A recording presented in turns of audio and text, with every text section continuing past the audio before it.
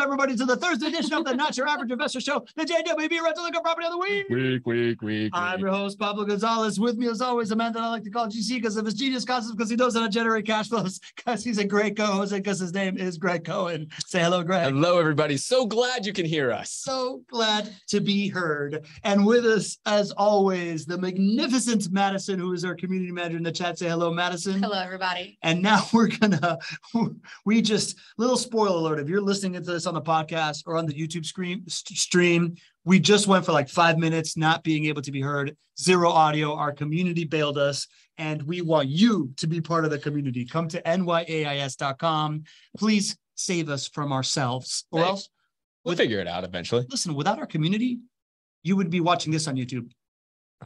We are incredible mimes. I would tell you that if there was a show, podcast, and live show dedicated to being mimes, we would kill it. Yeah. And now time for my second draft of the roll call. Y'all ready? Let's go, baby. Call. I know how this is going to go now. I can name who's here. I'm going to do this way better this time, just for the record. I might want to do two every time. Yeah. Madison, our community manager, welcoming everybody. Our leadoff hitter, John Henning, in the house, saying good afternoon. The MVP of the community, Lee Bishop, saying hello, everybody. The ringmaster of the Not Your Average Investor Show, Drew Barnhill, saying good afternoon. We got Chris Gonzaga from where? The illustrious Hudson Valley. The illustrious Hudson Valley. We got Pedro Naciaceno from Jersey. Pedro, thank you for spelling out your full name. I thoroughly enjoy pronouncing that. We got Leo Faraganan. Baragana. Dun, dun, dun, dun. Saying good morning all from the Bay Area. Let's rock. We got Lewis Hudnell from my favorite place to mispronounce, Milipitas, California. Well done. Welcome. We got Aaron O'Neill out of the darkness and into the lights. Aaron, good to have you in the chat. We got Sir Peter James from the Commonwealth of Virginia, fresh off a client visit. Tip of the cap to you. Tip of the cap to you, sir. Who else we got? I like doing this stuff. We got Crystal Fuchs. That's a new name. Oh, I know Crystal very well. She is the mother of Adam Eisman. Oh. Yeah. Oh, Crystal. In the illustrious company here. We're so happy to have you, Crystal. I'm a big fan of your son. We got our regular Rosalind Riley in the house from Murrieta, California. Good to have you back. We got Miguel Amador checking in. You know, this no audio thing works because we're getting everybody to check in. Oh, perfect. That was a part of our master plan. That's right. I told you this would work. Miguel Amador, new name. Is that a name? It's a new name. It's a new name? It's a new name. Amador means lover in Spanish. So we love that you're here, Miguel. All right. Who else we got? We got Tony D in the house. He says, greetings, everyone. Good to have you. Anthony Ditta from Jupiter. Who else? Now everybody's telling us that they can actually hear us. And we've got the first family of the Not Your Average Investor Show, the matriarch and the patriarch, Ken and Carolyn Moline. We salute you. So the tip of the cap is like this. We salute you is like this. Is that what's going on? Yeah, I'll send you the notes afterwards. I'm into it. We got the other Greg of the show. Gregory Stone is in the house. He says, thanks, can finally hear you. We got Marilyn Cotterman from Homosassa, Florida. Home of the manatees. Home of the manatees. I can't wait to swim with those manatees one day. We got Bill Shields saying, buenas tardes, amigos. Buenas tardes, Bill Shields. Who else we got? We got Juana Batista from the Philippines hanging out with us. We got Catherine Schiffer. Mm-hmm. Long-time client. Yeah. Welcome to the show, Catherine. She is the Motorola Edge normally. Catherine the Edge Schiffer. The Edge. I like that. Good to have you on board, Catherine. Checking in with your name. We got Gary Riley. Hello, everyone from Gary Riley. All right. Is he related to Rosalind Riley? Sure is. All right. So a new name, but not a new person to the show. We love a family affair out here. And we got Raj Bantu in the house. Raj, good to have you as well. So that's the second time I did the roll call today. It's surprisingly tiring, but you know what's got me pumped up? What's got you my favorite segment? Madison shares good news. Hello, everybody. All right. As everybody knows, one of my favorite core values from JWB is finding better ways to better lives. One really cool way we've done that is the incentive we've kind of introduced to you guys. So if you close before October 15th, we will buy down your interest rate. We have had some really cool people take advantage of that. And I have two that I would really like to shout out. Sweet. Yeah.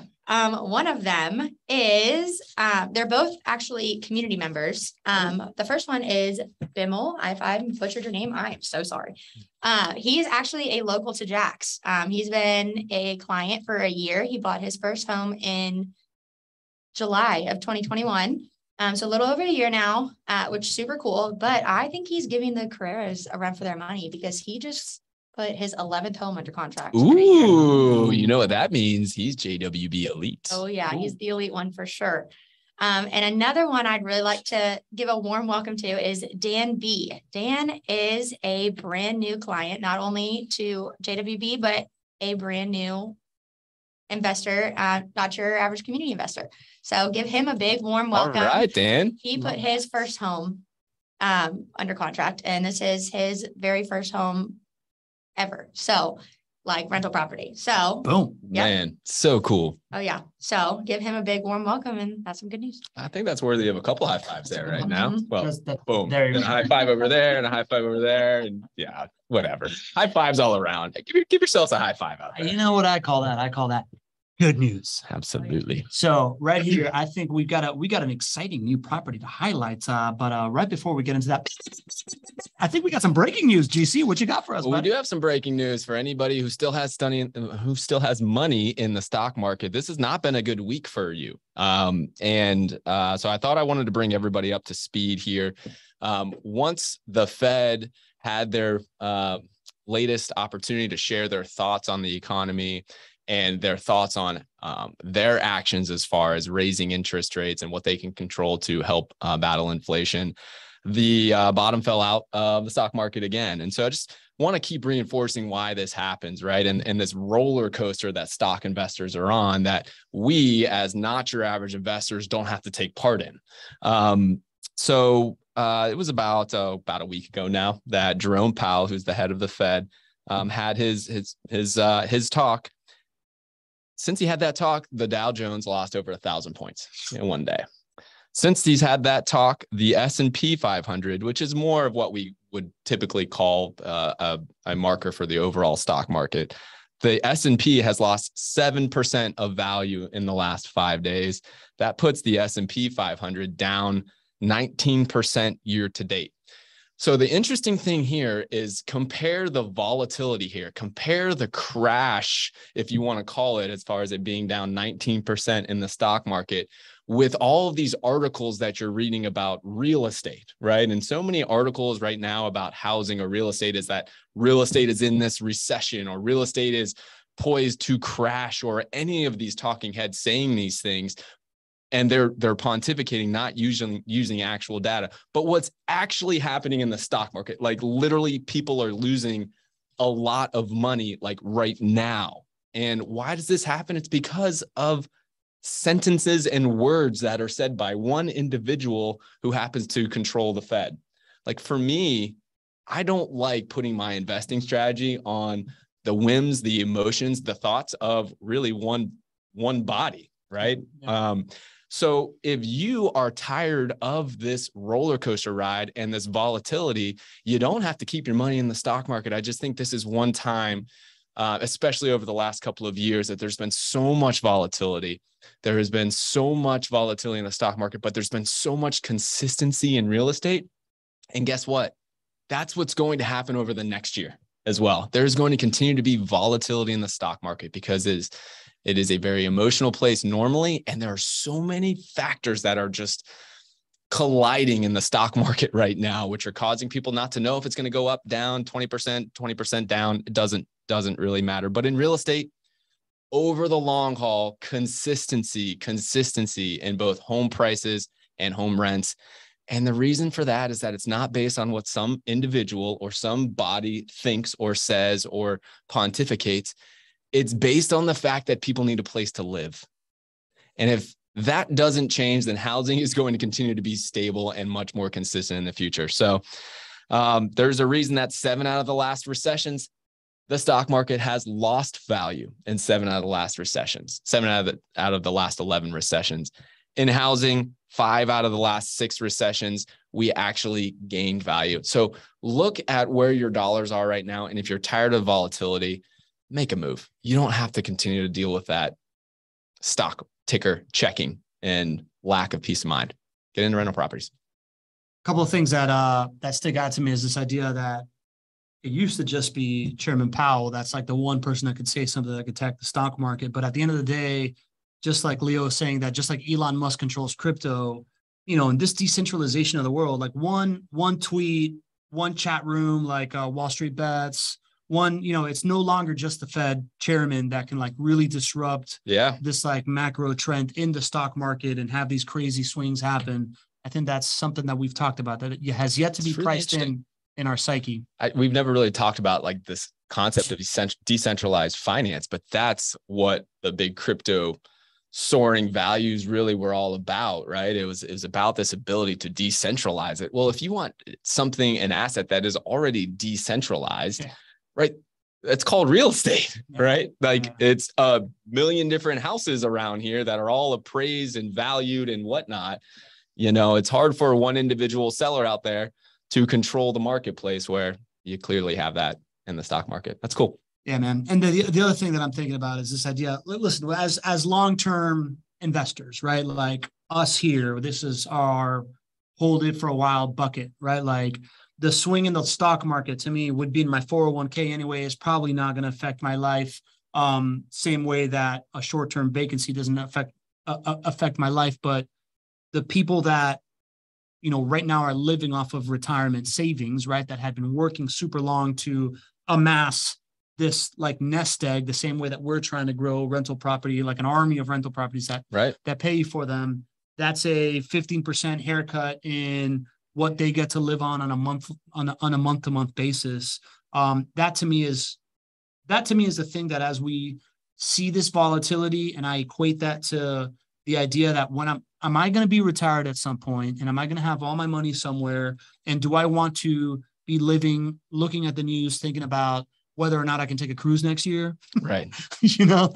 Versus this idea that, yeah, man, there's going to be a full market cycle by the time that I retire. But when I'm in retirement, there's going to be a full market cycle, right? Yes. Like we are living longer and longer. We used to only say that we live to 68 and we just got to like account for like living expenses to like 80. Right. And that's just not the case anymore. Right. Right. So this idea that at some point there is going to be a recession while I'm in retirement, and I don't want that to limit my ability to buy my pills or go or travel or things of that sort, is really the thing that's hitting the most for me. It's like, as we're living this, think about living this when you need that thing to actually like live off of it. Yep. I'd much rather be just building this like portfolio of rental homes than just blindly putting stuff in the market, knowing that it's going to go up 9%, whatever. Love it, man. Yeah. Okay. I'm glad you're here doing what you're doing. It seems like you're in the right place. Yeah. I'm glad I'm here, man. I was on a podcast yesterday talking about how happy I am to be here. So. Yeah? Yeah. Nice. Yeah, it was cool. All right. So speaking of where we are, you ready to magically be whisked away to a fabulous place, Gregg? This is a wonderful location, a spot that I like to call 1064 LeBron Drive, Jacksonville, Florida, 32205. It is the JWB Rental Income Property of the Week. Week. And it is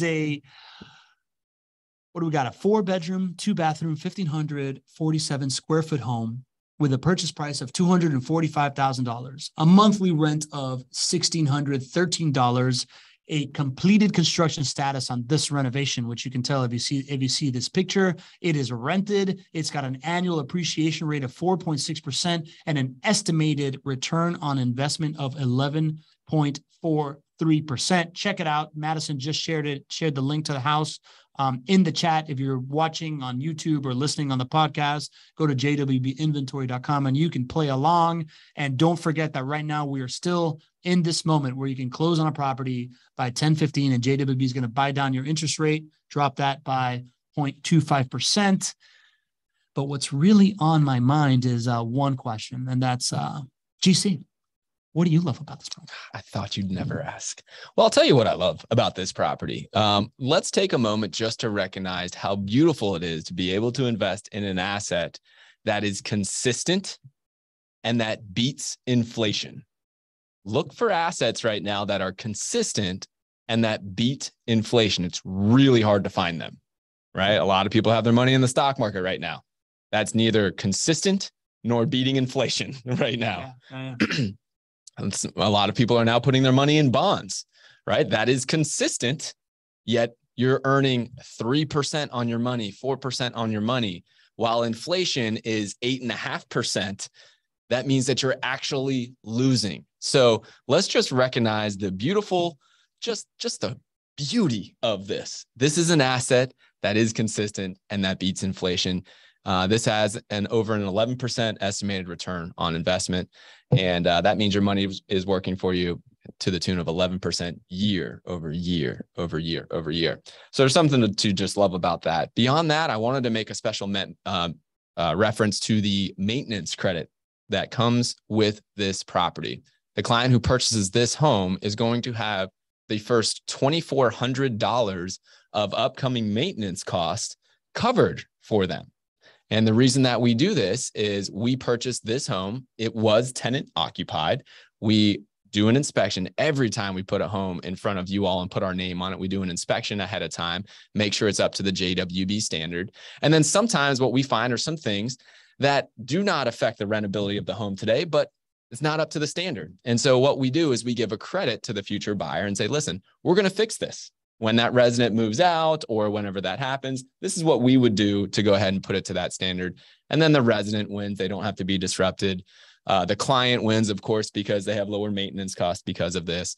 JWB wins because we're able to put a wonderful investment together where everybody wins and we get to sell a house. So that's something that is really rare. When Pablo purchased, I think all three of your properties. All of them have had rental credits. Yeah, they all. So whenever we see a property that has a maintenance credit or some sort of credit, like it's really rare to buy a rental property and have money given to you when you buy it, right? I know that was a big part of why we talked about you buying your three properties. Mm-hmm. And that's what you have here on LeBrun Drive. It's $2,400 of the first maintenance costs are paid for the client that picks this up. So lots of love here. And then there's the incentive, which Madison mentioned and Pablo mentioned here. This is probably the last time I'm going to mention it on the show, just because I don't want to set up an expectation that people can actually take advantage of it going forward. You know, it's 45 days from now is October 15th. So it generally takes about 45 days for us to actually close on a property. And that's driven mainly by you, the buyer out there, getting your documents together and getting the bank to approve them and all that other stuff. You know, as you start getting closer to 30 days, it might not be possible for you to get it done in time for you to actually take advantage of JWB buying down your interest rate. So if somebody is interested in this one, if you guys will give me the luxury to be a little bit more direct, you should be buying this property today or a similar one today. Put it under contract in the next few days so that you can wind up with JWB buying down your interest rate. Again, you do have to close by October 15th in order for us to do that for you. And that's going to mean an extra $600 a month of cash flow coming to you. And roughly a half a point. $600 a month. Sorry, lost my train of thought there. $600 a year of cash flow coming to you just by us buying down this interest rate, and a half point to your expected return on investment just by closing on this thing since by October 15th. GC, you talk about these buyer credits as it's like a lock.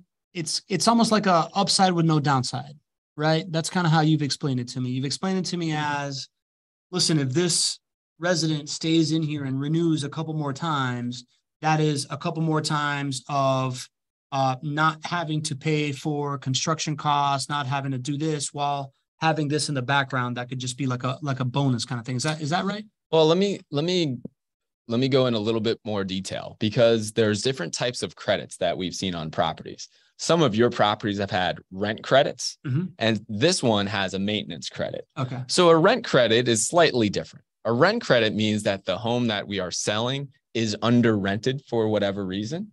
And then at that point, what we do is cover the difference in the rent. So if it's under rented right here, and then a client purchases the home, you know, and that's not the case here for LeBrun, but let's just use this as an example. Let's say it was rented for $1,550 and the market rent for that is $1,613. Then we would credit the difference for a period of months. And then that just goes straight to you when you purchase the property. In that case, that's where it's really kind of like listen, even if that resident would renew or if that resident would stay in the home long-term, you're good either way because you're going to win, right? If the resident renews, they go right up to market rent, but you got a period of months where you got the difference anyway. So in that case, it's really kind of like you win either way. Mm-hmm. Maintenance credits are slightly different, still really, really impactful, but that's just saying we know that maintenance costs are going to come down the line at some point.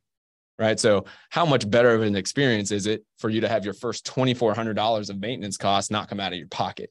So it's a little bit less of like, a really high upside, which rent credits could have a really high upside to them. For maintenance credits, I know maintenance is coming your way at some point. It's just like, this is a great way, a peace of mind, like a much better client experience for you to not have to pay out of pocket when those maintenance costs do come somewhere down the line. Got it. Okay. Good explanation, man. Good explanation. And we already got a great question here in the chat. We got Raj Bantu asking, there are price cuts on properties in some parts of the country, e.g. Bay Area, Phoenix, Boise, Las Vegas. Are there price cuts happening in Jacksonville? There are not price cuts happening. What you are going to see over the coming months, though, is seasonality take shape in every market. Right. So the question I would have about the Bay Area, Phoenix, Boise, Las Vegas is, if you look over time, how much do properties decrease just due to seasonality in those markets? Right. So like, for example, in Jacksonville, from the summer months to the end of December, you lose about 12% of value almost every single year. That's an average over the last however many years. Right. So that happens. That's normal. And so I would expect some decrease in pricing to happen just due to seasonality. But when seasonality happens and your home values still appreciate, even though you had some seasonality, that's really kind of what the normal real estate market performs at. So we aren't seeing prices go down macro wise in Jacksonville. You will see some seasonality happen. But the bigger thing is for investment properties like turnkey rental properties. They don't play the same seasonality game. And it's because the owner of the property who is selling it does not have a big motivation to sell because it produces positive cash flow. And so for JWB, or really for anybody in the turnkey rental property space, I wouldn't use this information as a tool for you to go out and say, listen, I'm going to wait until December to go out and try and buy a property from JWB or from another property provider. Because if it's seasonality and they know it's just going to go back up in, March of next year and it's cash flowing, they would have no incentive to take a discount. So there's really no seasonality when it comes to JWB properties. We don't see prices going down the end of the year. When I'm talking about seasonality overall, it's really just kind of like a macro overall real estate trend. So if I'm hearing you correctly, GC, prices in Jacksonville have not gone down, and you're maybe also questioning whether they really have gone down in the Bay Area or Phoenix or Boise because we have to really look at seasonality. Or yeah, I think the right way to look at, is real estate depreciating is to look historically, go back many years, go back 5 years and see what is the average price decline from, July to August. And then if you look at that average price decline and the decline in that area or in your area is a bigger decline than that, then there would be credence to say, okay, well, maybe really prices are declining, right? It's in Jacksonville, the latest information we have is through July. Home prices actually went up in July from June. Okay. So we're waiting to see how it shakes out in August. I would expect prices to decline from a macro perspective in August, because that happens every July through August. I actually ran the numbers on it, and it declines in Jacksonville about 1.6% on average. Going back, I think it was from 2018 till now. So it's like, don't get so surprised when you see home prices decline. People are out less looking for houses in the fall and winter months than they were in the summer. So it's normal. So there you go. Got it. So if you really want to understand the market, you look year over year, what the trends are in seasonality in order to get the absolute, has it gone up or down? And then B is the idea that works for the person that's buying a home to move into. Not really. Maybe if you're the active investor that's looking for a deal, that might work for you as well. For the passive investor that's looking to buy off of a professional turnkey provider, that's not really an applicable thing. If it's the seasonality thing is not applicable. Right. Got it. All right. Also, Drew Barnhill had put earlier, the governor of New York is encouraging all the New Yorkers who don't want to vote for her to move to Florida. So it looks like more migration in the works, which means all right, we'll take more population. Keep on more population, prices go up. Works for all of us, not your average investors. Raj has another question in here. Raj asks, MOI is calculated based on inventory and sales per month. If the sales goes down, does MOI go up without change in inventory levels? Raj, you're 100% right. If the sales would go down and inventory would remain the same, then MOI, months of inventory, would go up. There you go. There you go. And I feel like we got like 40 people. I don't know if y'all have noticed, but we started shooting out texts to remind you to come on the show, and it has led to more people on the show, and we love it, right? So I think there might be some new folks.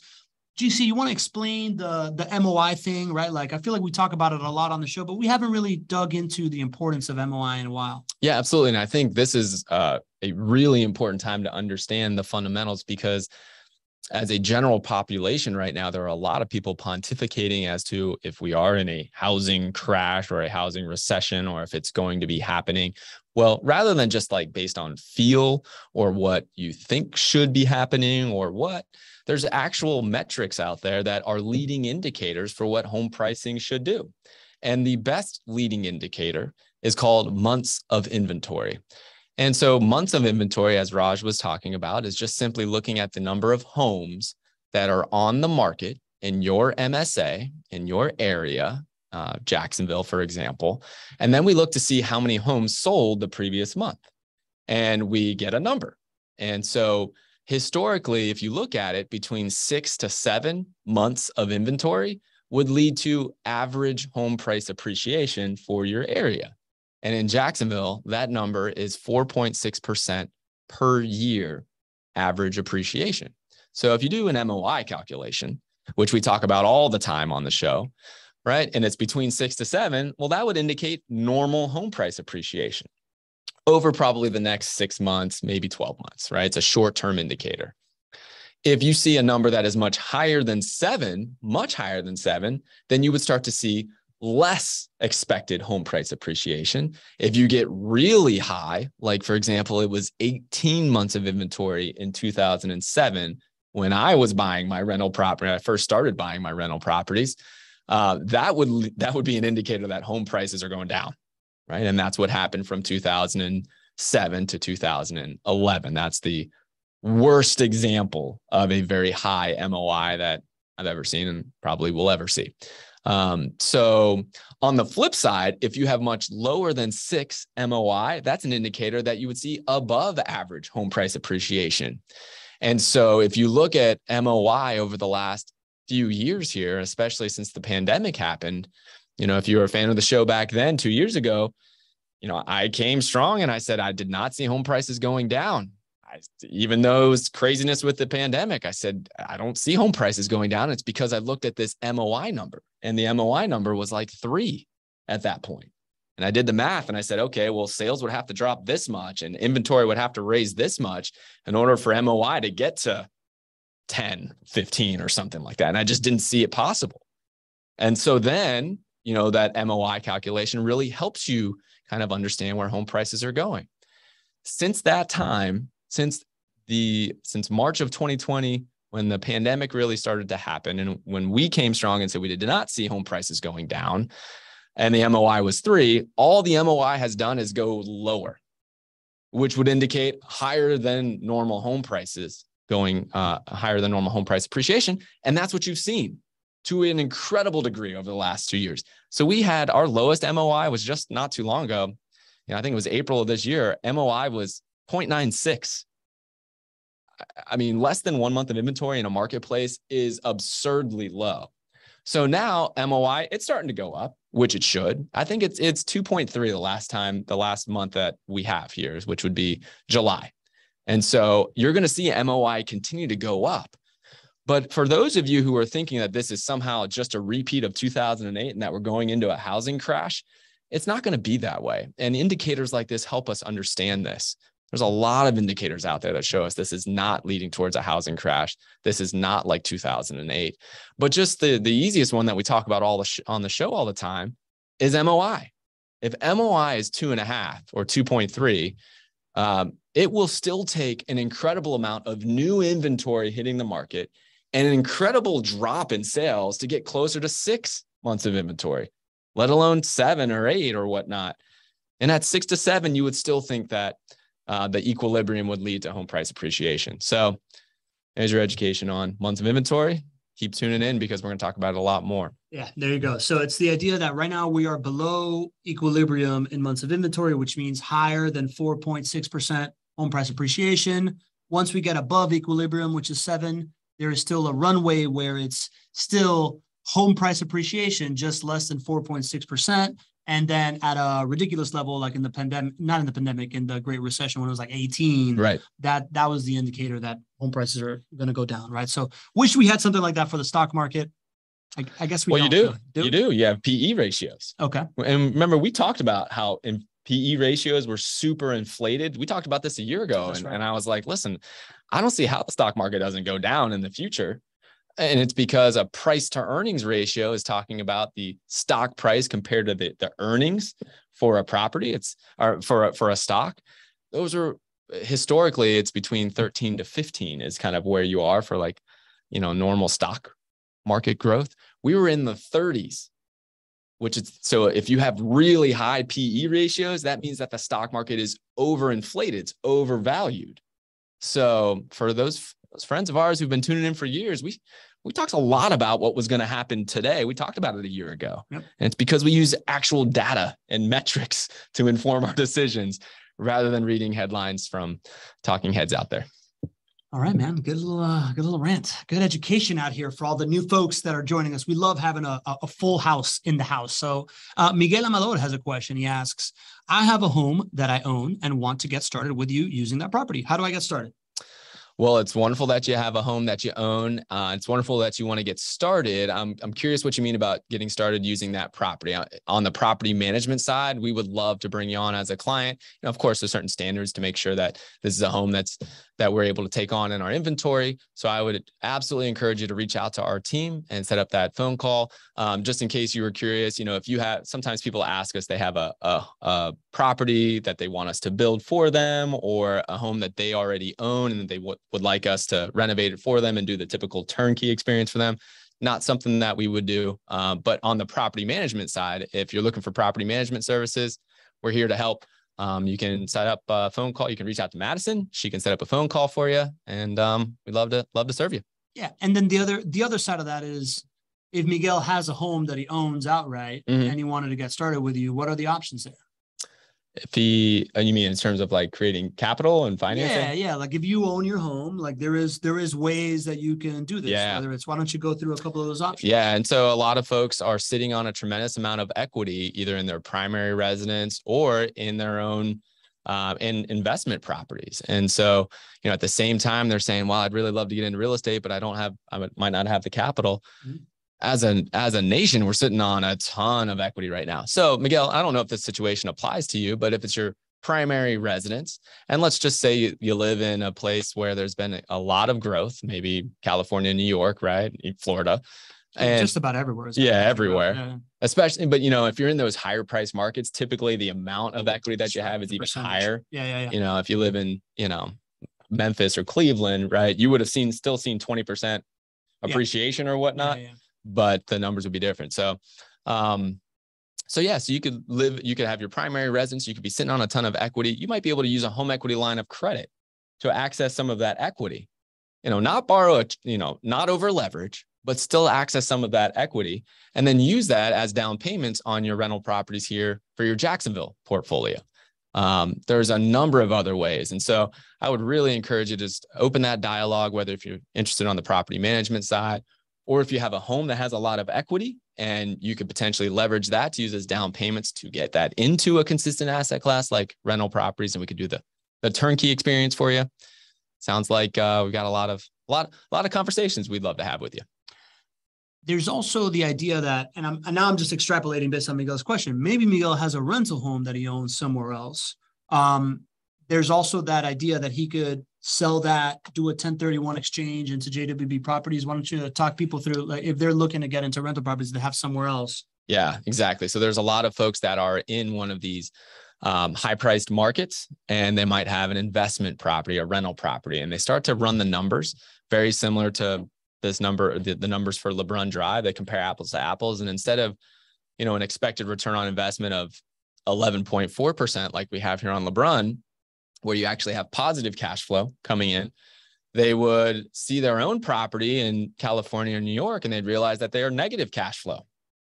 And they wouldn't have as high of an expected return on investment. And so what they'll do is they'll have a plan to sell those properties in those other markets that aren't performing nearly as well, or that don't have built-in property management that can actually make this a good experience. And they'll actually take those assets and they'll convert those, might turn into 3 or 4 or 5 or 8 rental properties here in Jacksonville. And it's a better expected return on investment, most likely a better experience for you as well.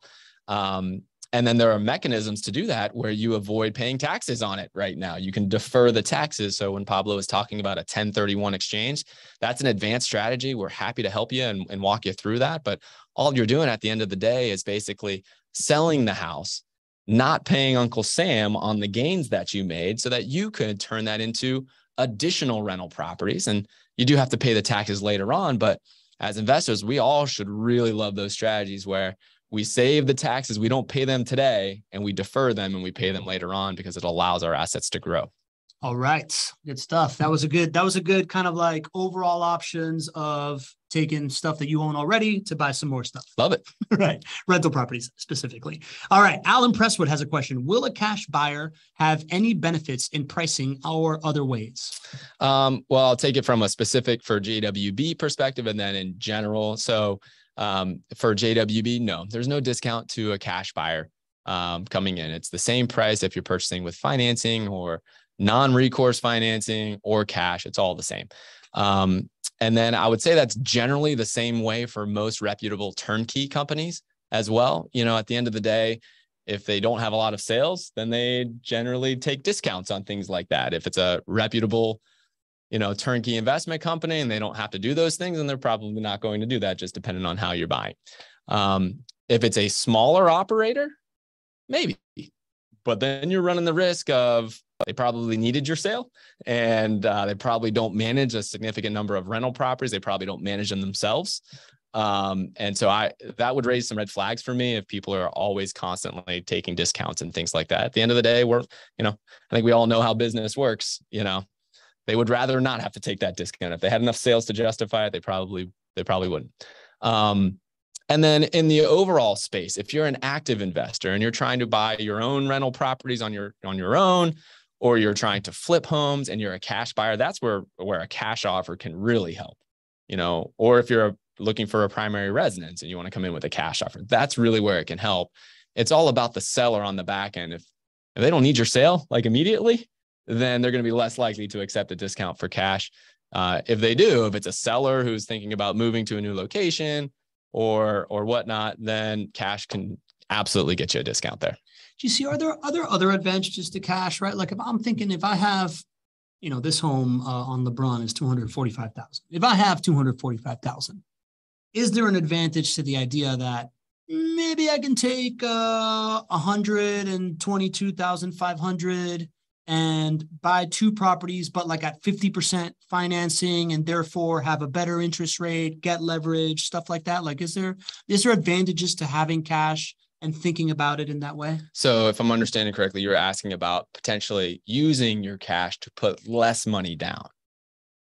Yeah. To put less money down than buying it outright in cash, but more money down than let's say 30% and having more cash flow, but still having the upside of the leverage that you get on appreciation. Yeah, really good question. So you don't typically get a decrease in your interest rate. Okay. So if you go from 20% down to 25% down, you do get a slight decrease in your interest rate. You generally get a small decrease from 25% to 30% down. But if you put, let's say 40% down instead of 30% down, you're not going to get a decrease on your interest rate. So there's sort of a limit there. So there really wouldn't be an advantage for putting 50% down versus 30% down from an interest rate perspective. But here's where it can be a real advantage. So like when a new client comes into JWB, we sit down and we actually build out your buying plan.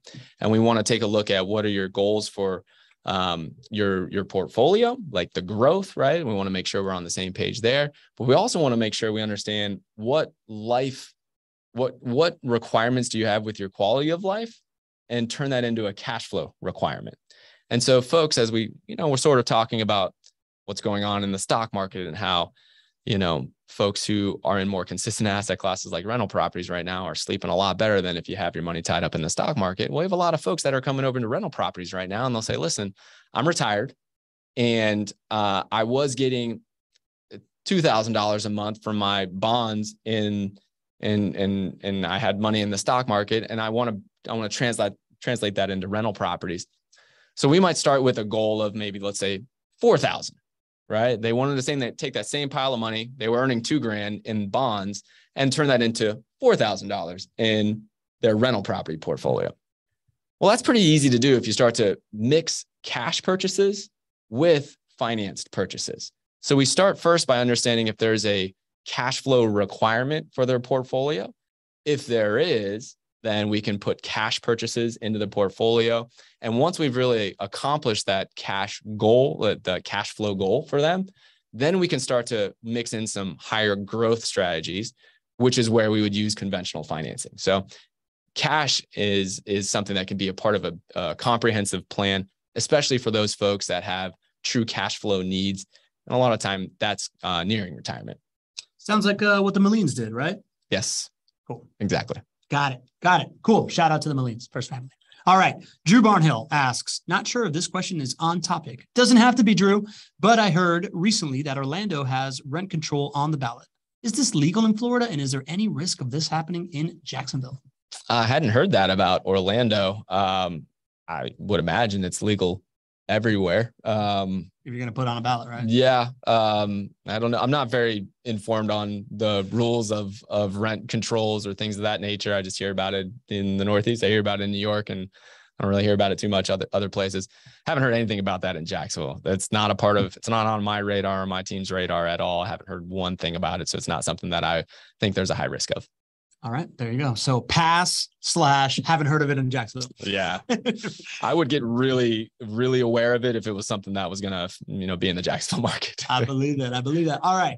Chris Gonzaga asks, MOI that we were discussing, was that in Jacksonville or is that all of Florida? I'm just talking about Jacksonville's months of inventory. Okay, great. That's the value of being a niched in, full-on expert in your market. GC, before we wrap it up here and get you breaking news, folks. GC is going to Universal Studios with his kids. Hey, it's going to be awesome. Before we get out of here, man, this property, is it available right now? This is available. Yeah. This one here on LeBron, it's available. Okay, great. Yeah, I heard. I've heard that ever since that you've been shooting out this email that people get interested in the property ahead of time. That happened last week, right? Yeah, we've been stepping up our game. You know who to credit that? All the credit goes to Madison. Madison. Not surprised. Yeah. She's we've been, we love the community that we have, and you guys you guys make this so much fun. So we started to include an email every single week, giving people just kind of a heads up. This is the property that we're going to be discussing on the show. And I think, some of the folks that we have here, they're the new names, like you guys probably came from by way of that email. So thank you guys for being here. And it's nice to have even bigger community. Yeah, love it too. Love having you here. One more question from Raj. Is JWB constructing any rental properties in downtown? Are they for sale? We are constructing properties downtown. So there are some mixed use apartments that we are building. Like, for example, there's the Florida Baptist Convention building so long answer is the things that we're doing in downtown, JWB is owning, and we're not going to be selling those assets to you all because you don't want them anyways. They are so much more risky than the things that I bring to you guys, which is our vertically integrated turnkey rental properties. Investing in downtown right now is high risk, high reward. And so JWB is taking a very small part of our business, and that we are investing in being a leader and a pioneer in downtown Jacksonville for a lot of reasons. But we go into that knowing that, listen, it's much more risky than investing in a single family rental property like the 4,700 ones that we manage here in the surrounding neighborhoods. But yes, we are building some mixed use is a very big component of what we're doing downtown. So there are some rental properties that are going to be hitting the market here. Our first building that will be completed probably in October or November. We'll have 24 single family apartments I'm sorry, not single family, the 24 apartments. It's mixed use. So it's all in one building. Man, see, it's even weird for me to say something other than single family. You can tell it's a little bit different than what we normally do. But yeah, you're going to see some rental properties downtown. Awesome, man. Awesome. Couple of concepts that I like to talk about that made me think of that. One is, I know that you guys are big Jim Collins as fans and get the great ping pongs to cannonballs, right? Like everything that JWB does, they test with ping pong balls before they shoot cannonballs out there. And you only get the cannonballs that have been tried and tested, right? The other is the black swan kind of like philosophy of investing, where you put 80 to 85% of your stuff on things you know are going to work out, and then spend 10 to 15% of your other things on like high value bets. Yep. Which seems very similar to kind of like that formula. That's pretty good. 80 to 85% might be a little bit low. Yeah. I like 90 to maybe 95%. I'm a little bit more conservative than most. There you go. Alan Presswood coming in with a question at the buzzer. If an investor is visiting Jacksonville, what is the best way to learn more about your company and your properties? Alan, it's so nice to have you here. And thank you very much for asking that question. The first thing to do is just hop on a phone call with my team. We're going to be able to introduce ourselves, learn a little bit more about you. And then if you already have a trip planned down to Jacksonville, we could probably coordinate a time for you to be able to get all of the information that you need ahead of time so you can maximize your time here in Jacksonville. So just starts with a conversation. And I would just encourage reaching out to Madison here in the chat, or anybody can go to chatwithjwb.com and schedule a time to speak with our team, and we'll get the ball rolling. All right, GC, let's get you to Universal Studios. Just going to tease out the fact that on Tuesday, we got a big show coming. We do. We got a big show coming. We hear a lot about this whole like new construction versus renovated properties, especially now where the market is, right? Like with these like higher prices and higher inflation, higher interest rates. We're going to dive really deep into the nitty gritty of new construction versus renovated properties, because I know it's dun, dun, dun. This was for you, Tony D. I know we've had this conversation on the low. So we're going to dive really into that. It's going to be super fun. It's going to be a not your average market insights, where we're going to start with that and we're going to go all sorts of different ways. But that's where we're starting. Bring your questions, bring your insights. Would love to have you be a part of that. That's become one of the favorite kind of like pillars of content that people really like. Hope to have you there. We had 40 people today, man. We haven't had 40 people on a property of the week in a while. The fact that we get 40 folks that are just taking an hour of their day to spend time with us on a weekday just never goes unnoticed. You're the reason why this show is so valuable. If you weren't here, we would have been talking into dead mics the whole time. But you saved us today. You find 40 folks. You saved us today. So just thank you for being here. I really love doing this show. GC, I'll give you kind of last words. I do too. It's awesome. And it's so cool to see new faces, new names, new folks chiming in. We appreciate the folks that have made this such a wonderful community for years now. And we love surrounding ourselves with new people coming in. The audience and the community here, just so gracious. And it's just awesome. So thank you guys. Thanks for making this so much fun. And yeah, I'll catch you when we get back on Tuesday. All right. Well, until Tuesday, if you want to build an army of rental properties that are going to work for you hard in retirement, you just can't be average. Stay on average.